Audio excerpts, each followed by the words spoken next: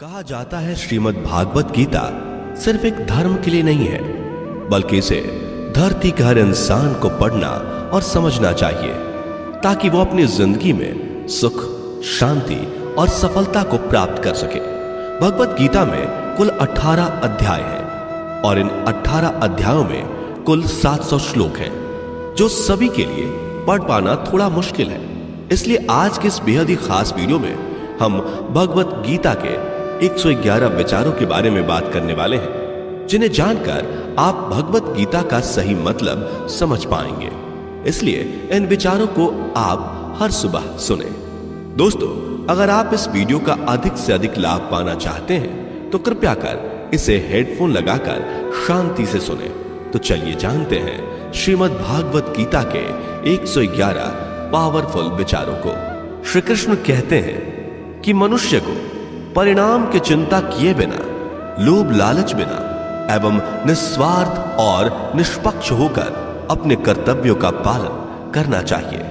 जिस तरह प्रकाश की ज्योति अंधेरे में चमकती है, ठीक उसी प्रकार सत्य भी चमकता है। इसलिए मनुष्य को हमेशा सत्य की राह पर चलना चाहिए। जिस मनुष्य के अंदर ज्ञान की कमी और ईश्वर में श्रद्धा नहीं होती, वो मनुष्य जीवन में कभी भी आनंद और सफलता को प्राप्त नहीं कर पाता।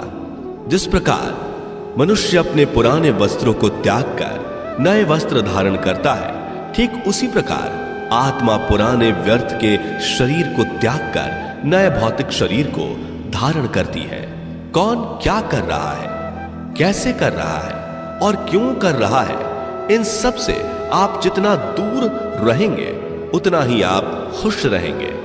समझदार व्यक्ति जब संबंध निभाना बंद कर देता है तो समझ लेना उसके आत्मसम्मान को कहीं ना कहीं ठेस अवश्य पहुंची है। मोह उसी का करो जिस पर आपका अधिकार है। जिस पर आपका अधिकार ही नहीं, उसका मोह भी नहीं करना चाहिए। जो दूसरों की तकलीफों को समझते हैं, जिनमें दया है, दिल से अच्छे हैं, उन्हें दोबारा जन्म लेना नहीं पड़ता। प्रबुद्ध व्यक्ति के लिए गंदगी का ढेर, पत्थर और सोना सभी समान है।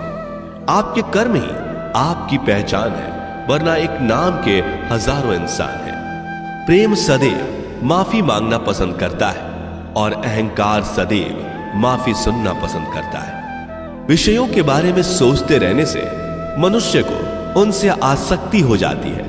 इससे उनमें कामना यानी इच्छा पैदा होती है और कामनाओं में विघ्न आने से क्रोध की उत्पत्ति होती है। सदैव संदेह करने वाले व्यक्ति के लिए प्रसन्नता ना इस लोक में है, ना ही कहीं और। कर्म वह फसल है जिसे इंसान को हर हाल में काटना ही पड़ता है। इसलिए हमेशा अच्छे बीज बोएं ताकि फसल अच्छी हो। जो होने वाला है वो होकर ही रहता है और जो नहीं होने वाला वो कभी नहीं होता। ऐसा निश्चय जिनकी बुद्धि में होता है, उन्हें चिंता कभी नहीं सताती। अच्छे कर्म करने के बावजूद भी लोग केवल आपकी बुराइयां ही याद रखेंगे। इसलिए लोग क्या कहते हैं इस पर ध्यान मत दो, तुम अपना कर्म करते रहो। जितना हो सके खामोश ही रहना अच्छा है, क्योंकि सबसे ज्यादा गुनाह इंसान से उसकी जुबान ही करवाती है। गीता में भगवान श्री कृष्ण कहते हैं कि हे अर्जुन, अपने परम भक्तों जो हमेशा मेरा स्मरण या एक चित्त मन से मेरा पूजन करते हैं, मैं व्यक्तिगत रूप से उनके कल्याण का उत्तरदायित्व लेता हूं। हे पार्थ, जो लोग भक्ति में श्रद्धा नहीं रखते वो मुझे प्राप्त नहीं कर पाते। अतः वे इस भौतिक जगत में जन्म मृत्यु के मार्ग पर वापस आते रहते हैं। मौन सबसे अच्छा उत्तर है किसी ऐसे व्यक्ति के लिए जो आपके शब्दों को महत्व नहीं देता।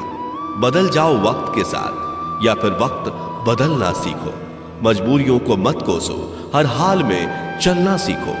किसी काम की चिंता करना ठीक है, पर चिंता इतनी भी नहीं होनी चाहिए कि वह काम ही बिगड़ जाए। अच्छी नीयत से किया गया काम कभी व्यर्थ नहीं जाता और उसका फल आपको जरूर मिलता है।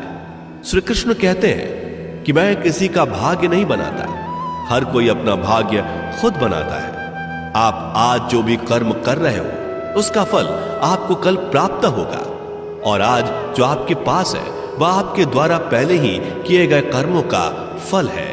मनुष्य नहीं उसके कर्म अच्छे या बुरे होते हैं, जैसे मनुष्य के कर्म होते हैं, उसे वैसे ही फल की प्राप्ति होती है।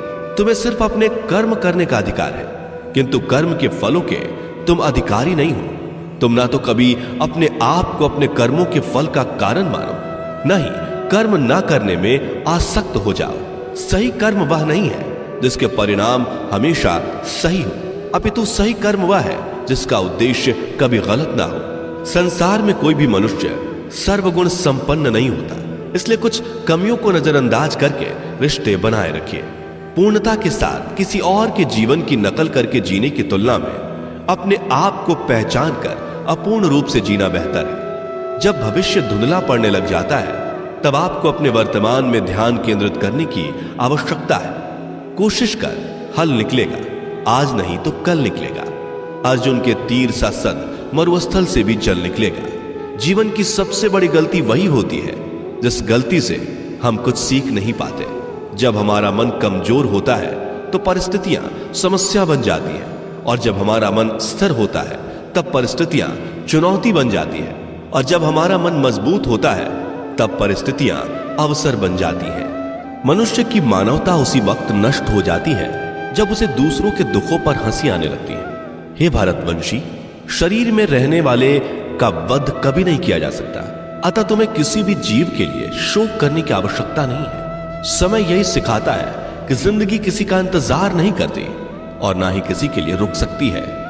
जिंदगी खेलती भी उसी के साथ है जो खिलाड़ी बेहतरीन होता है। दर्द सबके एक जैसे हैं, मगर हौसले सबके अलग अलग हैं। कोई हताश होकर बिखर जाता है तो कोई संघर्ष करके निखर जाता है। मनुष्य को अपने कर्मों से संभावित परिणामों से प्राप्त होने वाली विजय या पराजय, लाभ या हानि, प्रसन्नता या दुख इत्यादि के बारे में सोचकर चिंता से ग्रसित नहीं होना चाहिए। यदि आप अपनी गलतियों से कुछ सीखते हैं तो गलतियां सीढ़ियां हैं, और नहीं सीखते तो गलतियां सागर है। निर्णय आपका है, चढ़ना है या डूबना है। समस्याएं इतनी ताकतवर नहीं होती जितना कि हम उन्हें मान लेते हैं। कभी सुना है कि अंधेरे ने सुबह को होने ही नहीं दिया? गलतियां ढूंढना गलत नहीं है, बस शुरुआत खुद से होनी चाहिए। जरूरी नहीं हर बार आपके शब्दों को सही समझा जाए, इसलिए कभी कभी चुप रहना ही ज्यादा बेहतर होता है। जो जितना अधिक शांत होता है वो उतनी ही गहराई से अपनी बुद्धि का प्रयोग कर सकता है। निंदा से घबराकर अपने लक्ष्य को कभी ना छोड़े, क्योंकि लक्ष्य मिलते ही निंदा करने वालों की राय बदल जाती है। आपकी हार और जीत आपकी सोच पर निर्भर करती है, इसलिए मान लो तो हार ही होगी और ठान लो तो जीत ही होगी। सबसे समझदार और स्थिर बुद्धि वाला वही व्यक्ति है जो सफलता मिलने पर अहंकार में नहीं आता और विफल होने पर गम में नहीं डूबता। प्रशंसा हो रही हो तो ज्यादा सावधान रहने की जरूरत है। जीवन में कभी भी किसी से अपनी तुलना मत कीजिए। आप जैसे हैं सर्वश्रेष्ठ